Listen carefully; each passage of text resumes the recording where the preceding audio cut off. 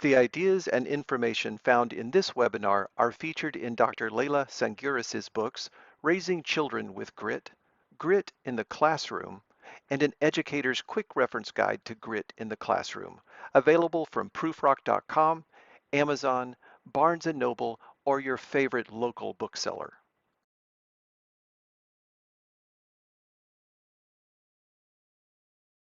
Let me first tell you the reason we are putting on these webinars. Obviously, one of the reasons is that we're stuck at home, and I thought this would be a great opportunity for us to bring some of our most vibrant authors to you, and we can talk about some of the big ideas.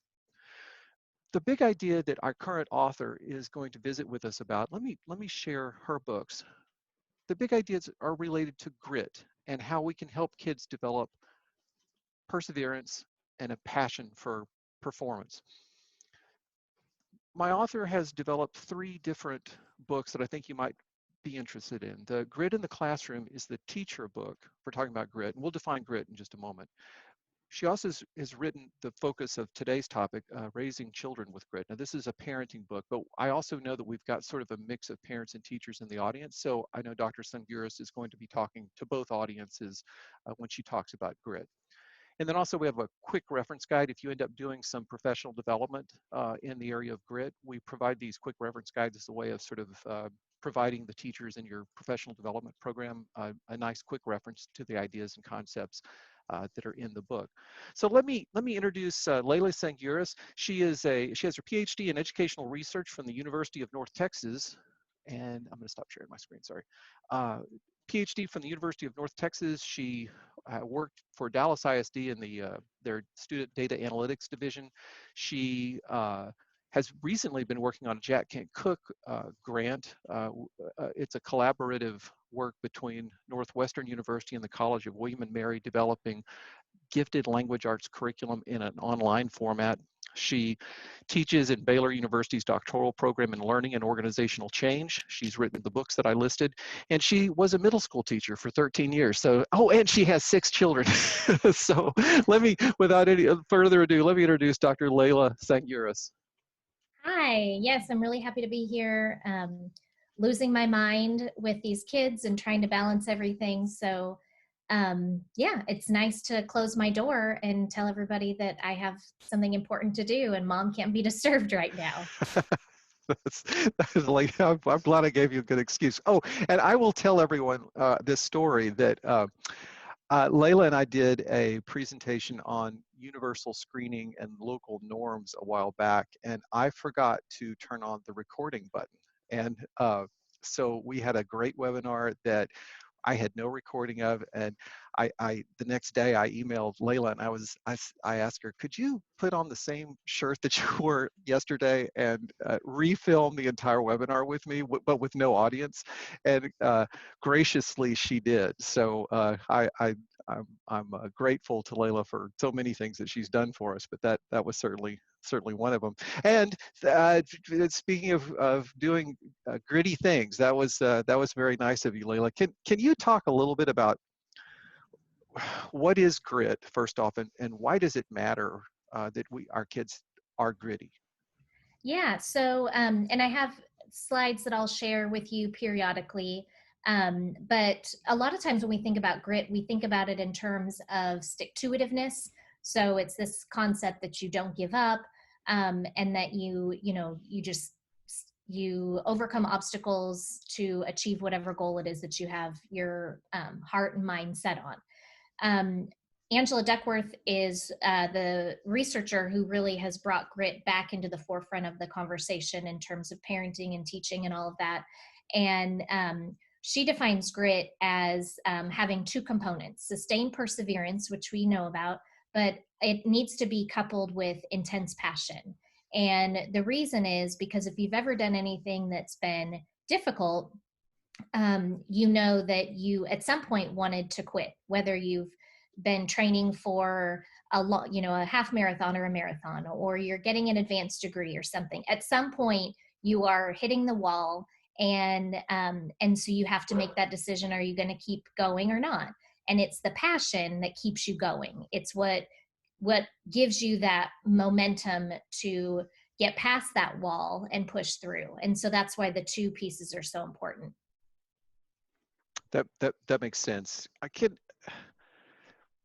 The passion piece is hard because I think a lot of kids don't know what their passions are. Can you talk a little bit about initially how do we help kids discover their passions?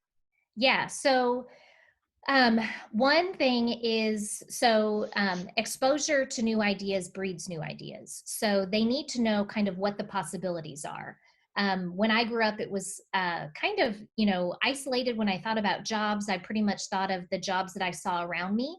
And so I didn't have a lot of exposure to what the possibilities were. I remember the first time I thought about, I heard that someone could be an editor and just read books. I love reading young adult fiction. And I thought, that's a job where someone can just read young adult fiction and decide if it's good and needs to be published. And I had no concept that that job existed.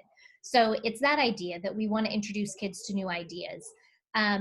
We also want to really, so if you have young kids, that they are extremely curious, right? They're always asking questions. They're always asking why. They tend to be sort of shut down, or the curiosity gets schooled out of them the longer they're in school, because it's no longer appropriate for you to continue asking questions and interrupting your teacher all the time because she has to get through a lesson or whatever. But what we know is that curiosity leads to interest, which leads to passion. And we also know that in the era of technology, where we don't have a lot of downtime to let our minds wander, when we're at the line in the grocery store, we're checking our phones, or our kids are playing, games instead of looking out the window on car rides, things like that. So they don't get those opportunities to be curious. And again, it's the curiosity which leads to interest, which leads to passion. So that's kind of one piece.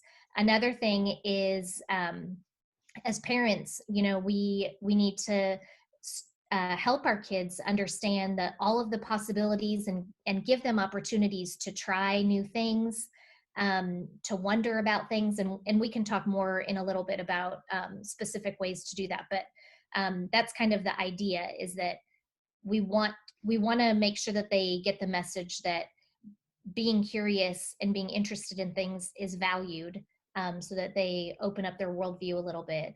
And then from there, we can help them cultivate those passions. I saw this thing on the internet, because it's what I do a lot of the time now. I just thought it was a piece of wisdom that I liked, that related to several of the chapters in your book. This was a gentleman that said, this was the quote: "Following your bliss is a recipe for paralysis if you don't know what you're passionate about. A better motto for most youth is, quote, master something, anything. Through mastery of one thing, you can drift towards extensions of that mastery that bring you more joy and eventually discover where your bliss is." And I thought that was true for me when I was growing up as well, is that sense of, oh, you find this one little thing that you can master, and then it grows into all kinds of other things. And that relates specifically, I think, to a chapter that you had on failure. And in the book, you say, well, failure typically, the experience of failure can lead a kid to avoid that risk in the future, and the experience of successes can build greater successes. But then you also talk about, it's not a black and white thing. There's productive failure, and there's unproductive failures, and there's productive success and unproductive success. Can you kind of talk about the difference in that 4-quadrant kind of success and failure characterization? Yeah, and this really will really help us help our kids kind of develop this gritty identity. So if we think about success as being two different types, productive and unproductive, an unproductive success would be one where you get what you wanted, but you didn't have to work for it. So you get an A on a test, but you didn't really have to study for it. You're taking an easy class because you wanted that easy A. So you don't get that sense of accomplishment. It's the, being in T-ball and getting a trophy, right? Just for showing up and eating the snacks. And you're super excited when you're 7, because your entire life you've been wanting to get this trophy for T-ball. But when you're 15, you no longer think of that trophy as being the symbol of success, right? You didn't have to work for it. Um, so so you get what you want, but you don't really feel that great about it because you didn't have to work for it. And unproductive success would be one where you are not successful, you don't get what you want, but you learn something from the experience. So you apply for jobs that you don't get, but you learn kind of, okay, what they're looking for in the job market, or you understand how to fix up your resume, whatever it is. And then failure, on the other hand, also has two different types. So an unproductive failure would be one where maybe your kid gets a low grade on a test and just crumples it up and throws it away. They don't even look at it. They don't want to talk about it. They're upset if you bring it up. They maybe if you do bring it up, they blame other factors, like they had to go to their sister's recital the night before, so they couldn't study for the test, all of those kinds of things. A productive failure is one where you learn from the experience. So you don't get what you want, but you learn from the experience of kind of that struggle and figuring it all out. So we've got productive and unproductive success, productive and unproductive failure, which is really important.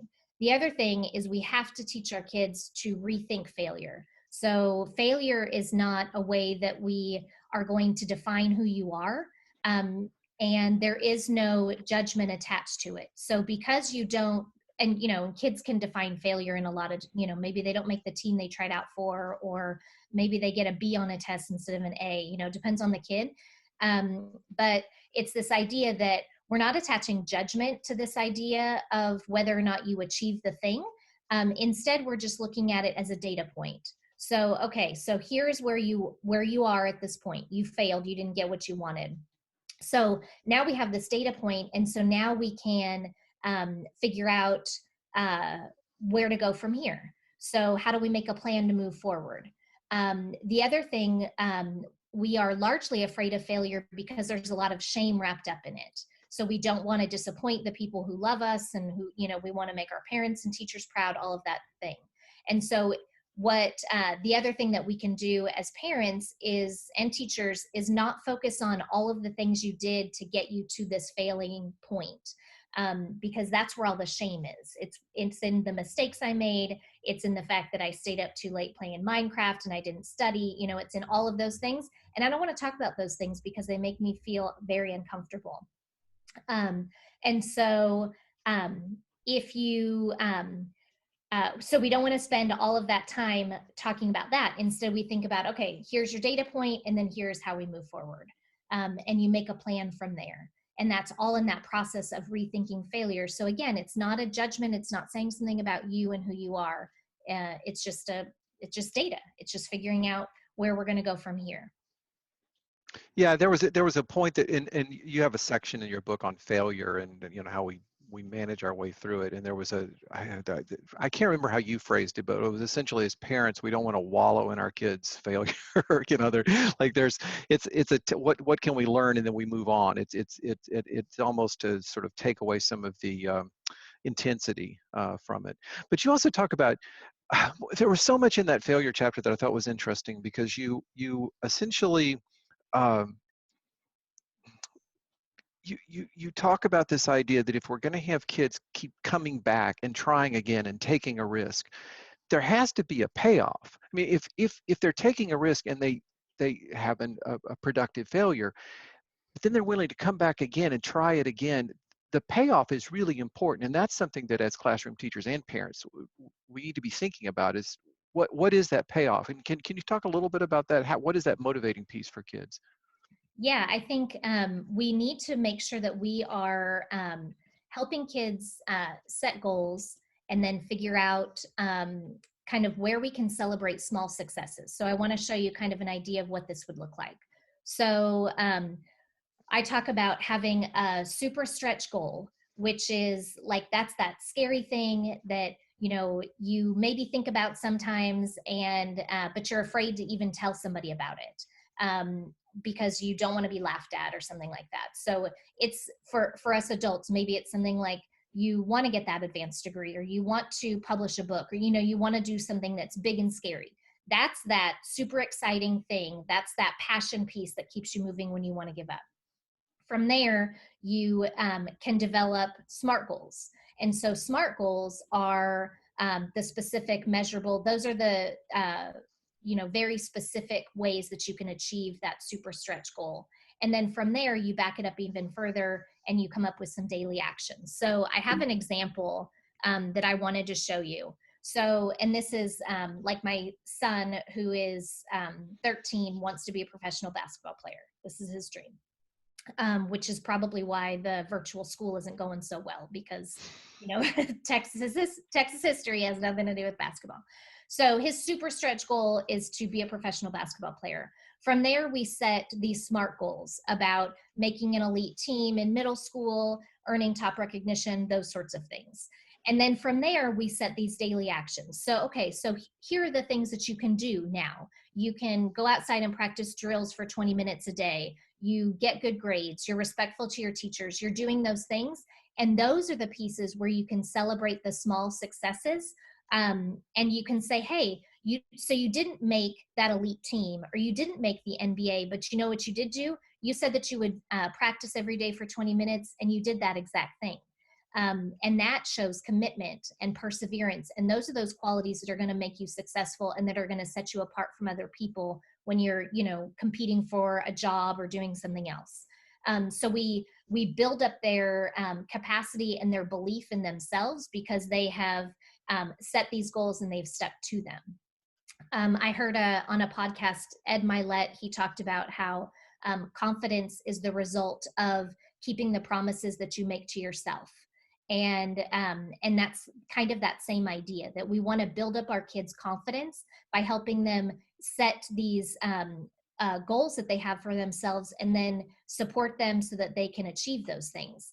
The other piece of this that I wanted to show you is that you can also help them anticipate obstacles, because it's really important that they know that you're not going to get to the top without having to face and overcome obstacles. And we don't want them to be blindsided by these things. We want them to understand that this is just part of being a successful person.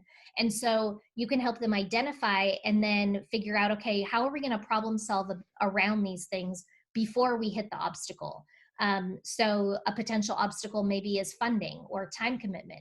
So how are we going to handle this if you said you were going to practice every day for 20 minutes and then now all of a sudden your friend invites you to go play at his house? How are you going to handle that? And let's talk through it before we actually get to that situation. That makes sense, Laila. That kind of gets me to, and by the way, I want to throw out this thing that I thought as the first time I read your book, that, in psychology and with human behavior, so often when we do studies and we look at an intervention, we find a statistically significant effect that, maybe 3% of the time you get an improvement over, if you did nothing at all. Human beings are messy, and all of this whole piece with kids is easier said than done, and it's not like us, and nor do you apply it. It is not a simple treatment that we can do and then we're going to get these big gains or something. This is sort of parenting style. It's working with a child's personality over a long time, and it's a consistency of how we interact together as parent and kids. Having said that, I wanted to ask you a little bit about, you talk about self-discipline and self-regulation in the book, and helping kids develop both of those things. Can you talk a little bit about what are some things that we can do to help kids develop self-discipline and self-regulation? Yeah, I think they need to understand that one piece is that once you commit to starting something, you commit to finishing it. So, and we want our kids to, when they're in the safety of our homes or our classrooms, we want them to know what it feels like to want to give up, because we know that there are going to be times when they are adults that they're going to want to give up. And we want to build up their capacity to believe in themselves that they can make it through and that they're going to be okay. So what that means is that we have to encourage them to make commitments and to stick to those commitments, whether it's signing up for a team or signing up for a club, or even now it's, taking some online course for 5 weeks. And maybe during week 2, they're thinking, this is boring and I don't like it.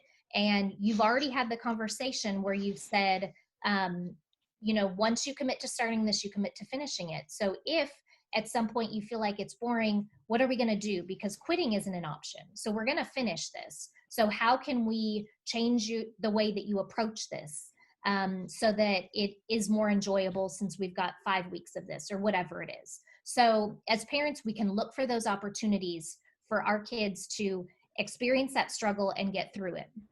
The other piece of advice that I have is to help them think about kind of the rules of the house, maybe in a little bit of a different way. So in our house, this is what we do every day. We work hard. So that means that there are no blow-off classes. We're not looking at the course catalog and signing up for the easy classes, or we are not going to just do enough so that we can make a 70. We're going to put our best effort in, even if it doesn't give us the results that we want, whatever it is. Own your power. So that means that we need to help our kids understand that they have the power to engage in something or not. So as teachers, we're in front of the classroom and we've got the YouTube videos and we've got music and costumes and, fireworks and all these things. But ultimately it comes down to the kids deciding, I'm going to engage and I'm going to be interested in this thing that I'm doing. I have to attend school. And so I have the power to decide if I'm going to be with my teacher and, 100% committed, or if I'm taking that mental vacation and I'm actually somewhere else and I'm not engaged. So that power lies in me, and we want to help our kids understand that. We also want to help them control their inner voice. So that means that our kids need to understand that the most powerful voice that they hear every single day is their own, because that's the one that follows them around everywhere they go. And so I used to talk about this and say, we need to help them turn off the tape, that's playing in their head, that's saying, you're not good enough, you're not smart enough, this is why you failed, that sort of thing. But they don't know what a tape is. So I don't know what the equivalent would, like turn off the YouTube video or, whatever it is. But it's this idea that they have the choice, again, to reframe the voice that they hear in their head so that it is saying positive things to them. And obviously they will model that from the things that they hear from their parents and their teachers. And then the fourth is to practice optimism. And that comes from what I just talked about a minute ago, that if you have a gritty identity, you understand that even though you face obstacles or struggles, it doesn't mean that you're a failure or that you're no good. You can learn from those things. You can turn it into a productive failure or productive struggle. And then you also have this belief that everything is going to work out and it's going to be okay. And that belief gets stronger and stronger the more times you've struggled and have come out of that struggle. Fantastic. Thank you. Thank you, Laila. Let me take a moment to do a little bit of housekeeping, and then I've got one question to you about parenting styles, and then we'll shift over to the audience questions. Let me, while I'm doing this housekeeping piece, if you as the audience will any questions you might have, please pose them to the Q&A, and you'll have a little bit of time to compose an answer. Don't wait until the end, because what invariably happens is we can't get to the questions at the end if we wait. So please go in and add some of your own questions. Let me once again share that I will send the attendance certificates for this webinar, and we'll also post a recording of this webinar, but it will be about 3 days from now. So before you email me, I'll have it up in about 3 days. Let me show you the books that Dr. Sanguiris has written for Proofrock. One is Grit in the Classroom, Building Perseverance for Excellence in Today's Students. The other is the parenting book we're talking about now, Raising Children with Grit, Parenting Passionate, Persistent, Successful Kids. And if you're doing professional development with your staff, the Educator's Quick Reference Guide is a fantastic little fold-out that gives an overview of the key concepts in the book. These books are also available on Amazon as both hard copy as well as Kindle editions. Not the quick reference, but the other two books are available as those Kindle editions on Amazon and also through Barnes and Noble as well. So those are the books. By the way, to find them on our website, just type in Grit in the search box and they will come out. Thanks for bearing with that little bit of housekeeping and my little sales pitch there, Laila. Can you talk a little bit about what are the parenting styles that seem to be best suited for helping kids develop grit? Yeah, so we want to do a few things as parents. So first of all, if we're going to be holding them to these high expectations, then I talk about students and or I talk about parents being a hope dealer. So this idea, if you you know, there's so many memes, right, of Oprah saying, you get a car, you get a car, you get a car. It's that same idea, but it's you get hope, you get hope, you get hope. So you have to I know like parenting is the hardest thing in the entire world, and this is one more thing that I'm asking you to do, but it's that constant fueling of hope in your kids that yes, you can do this, yes, you can do this. And that comes from saying those positive things, but also voicing your own struggles and making sure that your kids know that, you know, there are some days when you don't want to get up and go to work, but you do because of these reasons. Or you have a boss who may be difficult to work with, and this is how you handle it. So you don't have the luxury of just quitting or just saying this is stupid or walking out or whatever, but you are voicing the ways that you are dealing with your struggles. And that's really important, that we make sure that we are conveying that to our kids and we're not hiding it. Obviously, we're talking to them about it in age appropriate ways. But too often I think that that our kids, when they, through social media especially, and because maybe we shelter them from our experiences, they don't get this concept that struggle and success are a package. So the two pieces go together. Anybody who is at the top of his or her field is there because they have been able to overcome struggle after struggle. You know this, Joel, right? This is how you get there. And it's because you don't give up even when you want to. And so another thing that you can do is, if you know that, like, I have one of my kids is obsessed with Billie Eilish. And so, you know, you can, you can say, you know, well, what are some struggles that she had to deal with? And then have that conversation. And it doesn't feel like it's this teachable, you know, after school specials situation. You're just having a conversation about someone they like, but you're also saying, wow, that's really amazing that she was able to overcome this, or, you know, whatever. That's really important, that we help our kids. And then I also wanted to, so I have these principles of parenting a gritty kid. And I wanted to share those with you guys. I feel like this is going by so fast. Okay. So these are my Super 7 principles for parenting gritty kids. So one is that my child will face the consequences of forgetting something at home. Obviously, we don't have to deal with this right now. But that means if your child, like my son, when he was in elementary school, forgot his sweatshirt and couldn't go out to play for recess. Well, he called. I wasn't able to bring it to him, and I wouldn't have anyway, but he didn't get to go outside for recess, and he's the one who wants to be the basketball player. So you can imagine recess is very high on his list of priorities. And I had told him 14 million times that day to wear a sweatshirt, which he chose to ignore. And so he figured out that there's a very real consequence to his action. And, you know, no longer, it wasn't my responsibility, it was his responsibility. And so so that's really important. If my child commits to an activity, he will finish the activity even if he wants to quit. And we've talked about that. If my child cries because she has a project due the next day and hasn't started it yet, I will support her, but I will not do it for her. That's really important. And by supporting her, that means you leave the light on. You make sure, you know, you toss a water bottle in her room before you go to bed, because it's not your responsibility to make sure that her work is done. And again, obviously, this is age appropriate, developmentally appropriate, all of that. My child will understand that his interests are respected. Like I said, I have my son who likes Billie Eilish, also loves Godzilla. Those are the only two things he ever wants to talk about, ever.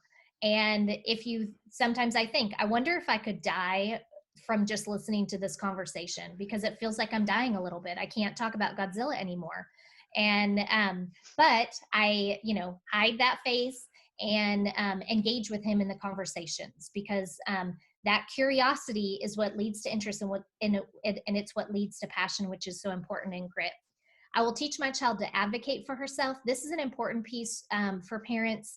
So if there's an issue with a teacher or something like that, it's really important that our kids understand that they can have the conversation with the teacher. And if they're nervous about having a face-to-face conversation, you can teach them email etiquette and teach them how to construct an email to say, I don't understand why I earned this grade on this assignment, or I had a difficult time in class today with this one concept. So as parents, we want to swoop in and try to fix the problem, and we need to resist that urge and help our kids own their situation.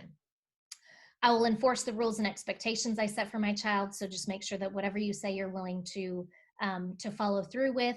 And I will model grit by voicing my struggles and actively pursuing my interests. So it's really important as parents, gritty parents lead to gritty kids. And so if you want a grittier kid, then it's important that you talk about, well, where do I fall in this passion and perseverance piece? Have I shared times that I've struggled with my kid? Do I have interests that I'm pursuing outside of their lives? It's enough to be completely engaged, but can they articulate? If you said, hey, what does mom love to do? Can they say what those things are? They should be able to, because they should be seeing you do those things. And if they can't, then just be more open about sharing what those things are. Thank you, Laila. I appreciate that. Before we go introduce Stephanie for the Q&A, let me mention that Dr. Sanguiris. Now, again, I don't know what professional development looks like in the fall, but Dr. Sanguiris does a lot. She does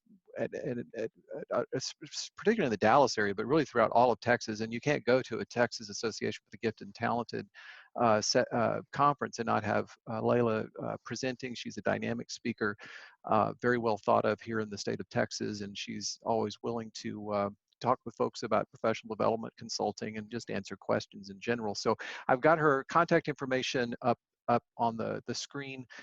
I will also put this near the end of the webinar as sort of a splash screen as we end. So if you don't get it quite right now, but I would suggest you just take a quick screenshot of that information if you would like to contact Dr. Sanguiris.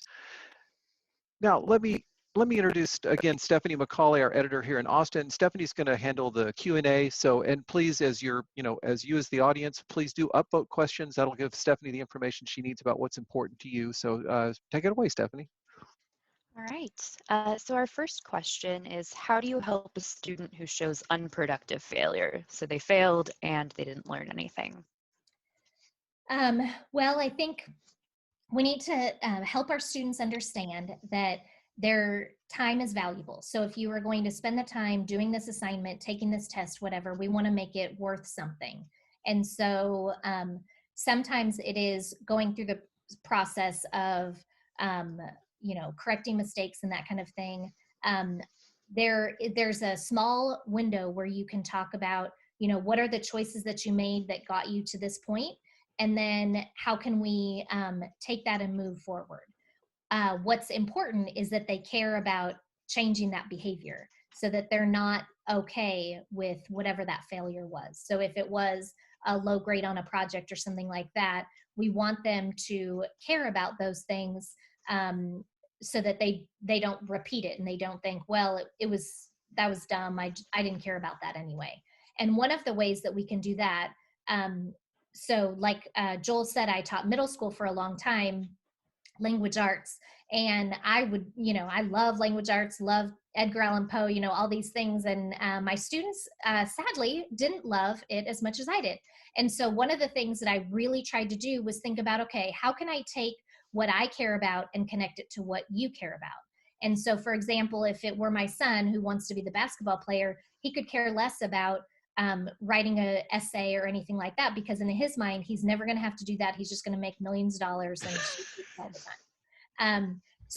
But what I could explain to him is that my job is to make sure that you sound as smart as possible at all times, and that there are going to be positions as a professional basketball player, maybe you just lost the game and some reporter is in your face and wants to know, how do you feel about this? You let the team down, and you want to be able to articulate your feelings, and you want to be able to talk about, what happened in a way that doesn't embarrass yourself or your mom who's watching on TV or whatever. And so that's when I showed you that picture of kind of setting that super stretch goal.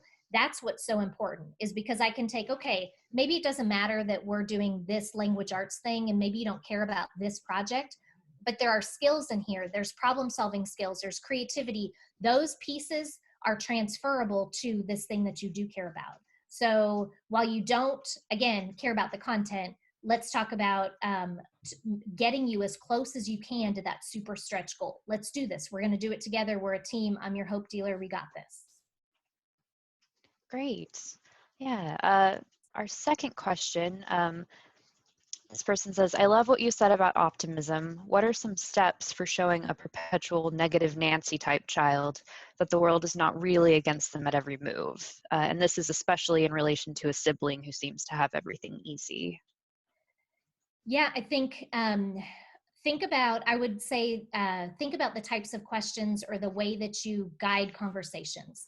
So instead of saying, how was your day or how was school, and you get the either no answer, or it's sort of this litany of all of the things that went wrong, you can say, tell me, what's the best thing that happened today? Or what's a time today that you felt really happy, or when you felt appreciated, or so spinning it where they don't get the option to. I've noticed, particularly lately, if I teach students who are getting their doctorate, and if I say, how's everybody doing today? Well, I get a whole lot of, oh my gosh, I'm so busy, I'm so overwhelmed, and I get that and I honor that. But we need to maybe reframe and rethink about the questions that I'm asking, so that I can elicit the responses that I want to get, so that I'm emphasizing the repeated behaviors. So I had a principal one time who said, what gets recognized gets repeated. And that's absolutely the case. So when you see your child doing something or making a positive statement, when you would normally think, oh, I thought she might have said something negative here, but she actually said something positive, say, I really appreciate how you said that. And I really think it's important that you're working hard. I can tell you're working hard on trying to fix how your mind is working and how you're trying to be more optimistic. It may not be perfect. And so you just pick out those little tiny things, and they are more likely to do it again. And it also works for spouses. So if you tell your spouse, I really like how you unloaded the dishwasher, they're more likely to do that again too. Great, that's helpful. Our next question, as an educator, I try to teach the kids to have grit. The hardest part, though, is when what you teach them in class isn't reinforced at home. So do you have any ideas on that? Yeah, I mean, we're limited in the way that the amount of time that we have with kids and the influence that we can make on them. And a lot of times as teachers, one of the hardest things is that we often don't hear about the difference that we made until years down the road. And so I would say you continue to prioritize and value hard work. Like I said, what gets recognized gets repeated. So think about the things that you're emphasizing in class. Are you emphasizing creativity and questioning and rich discussions, or are you emphasizing a grade or completion of something? So try to pick out those moments where you can continue to emphasize those things. Also, connect it to things that they like. So I did a student presentation in Houston not that long ago, and I talked about the top 5 musicians or whatever, and I would give the profile of the person. So one of them was Ariana Grande, and I would talk about the struggles that she faced, and I didn't show her picture, and then played a song clip. And then, all the kids, of course, lost their minds because they figured out what song it was and who it was, and then showed her picture. And then we talk about how struggle and success are a package. And so you have to be able to overcome these struggles, recognize that you have them, and have your mindset on this goal. So that's another thing that you can do too, as far as teaching grit and giving examples of grit that are maybe more connected to what kids might be interested in. All right, great. Any suggestions on helping develop controlling your inner voice and practicing optimism for someone who has anxiety? I think it's just, it's a habit. So it's this habit of being able to recognize, when you're feeling anxious, what are the physiological things that are happening, what's going on in your mind, and then how can you reframe that and shift away from that. The same is true for perfectionism. So recognizing what exactly is happening, how are you feeling about it, and then what are choices that you can make. And then it's, again, just over and over and over again. I think as adults, we have to do the same thing so we don't kind of get stuck in that spiral. Well, I cringed when at the question, because I think we're all grappling with that, and a couple of months ago, I had one of my friends say, it was one of those things where they say a little bit and then it's supposed to encourage a conversation. He's like, always look for the chimneys, and I was like, well, okay, well, now you got to tell me what you mean. He's like, well, take walks and always be looking up, always look up at the chimneys, because that's when the sunlight's hitting, that's when the sun is shining, you're getting a little bit of exercise, and it's that habit, but it's a habit, and it's that habit of mind that you have to work on. And there's no easy answers, but there are things that you can do. Yeah, absolutely. All right. One more question. Is it typical to see a child who has grit in certain areas but greatly lacks it in others? Absolutely. So an example might be, I have a senior, he's a senior at Baylor, and he plays baseball, and he's played competitive baseball his entire life. And he will go on the field and coaches will yell at him and scream at him, and it's 100 degrees in the Texas heat, and he's out there giving 100% every single time.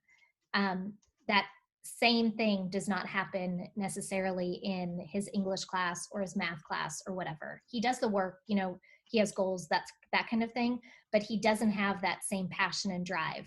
And we can't expect kids to have that, because we don't have that, right? We have certain passions and certain things that we're willing to jump through fire for, and other things that aren't. And so it's a matter of taking all of these interests and all of these things and then saying, okay, to get to where you want to be, you do have to make it, you have to be able to overcome these obstacles and do these things. You have to do enough in English so that you can get yourself on the baseball field. So it's this trade-off. The other thing is, we teach a lot of kids who are gritty in their personal lives. So they've had to overcome a lot at home.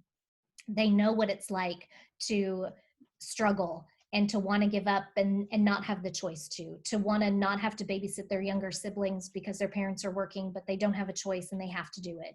And so another thing that I didn't have a chance to talk about, but having one-on-one conversations with those particular kids and explaining to them, they already have it. They know what it's like to struggle and to overcome.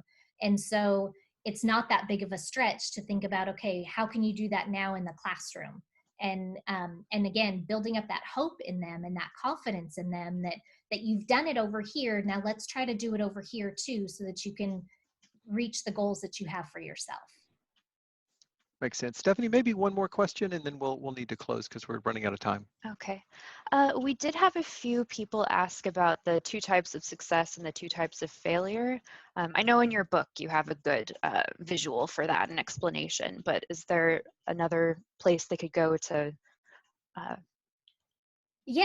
more into that? So I'll just try to recap it quickly. I'm sure I talked too fast. But productive success is when you achieve the goal and you had to work for it. Unproductive success is when you achieve the goal and you did not have to work for it. The trophy, those kids whose parents bought their way into college, those sorts of things. Productive failure is where you don't achieve the goal, but you learn from that experience. And then unproductive failure is where you don't achieve the goal and you don't learn anything from it. So you don't grow as a person. You write it off and don't want to talk about it. Yeah, thanks, Laila. Great.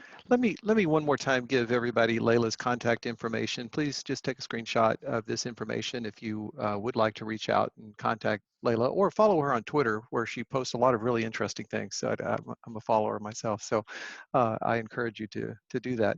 So in closing, let me first, Stephanie, thank you for handling the Q&A, and thanks for being here, Stephanie. Oh, sure thing. This was fun. Laila, I really appreciate once again the time. I definitely recorded this one, and I will report. I so appreciate your help. Thank you, Laila. Yeah, thank you so much. I love talking about this stuff, and I have so many things that we didn't get a chance to talk about. So yeah, I really appreciate it. I appreciate all of you guys hopping on and giving us a little bit of your time. Yeah, and let me reiterate that. I just know we're in such a crazy time, and I so appreciate everybody here coming and viewing this webinar, and I encourage you to get a copy of Laila's books. I did want to throw out one last thing about her writing style. Incredibly accessible, just enjoyable to read. You can, you know, just it's a really good, solid read with a good author whose writing style is very personal and personable as well. Let me encourage you to purchase her books and stay connected with Laila. So thank you, everyone. Thank you for coming. Bye-bye.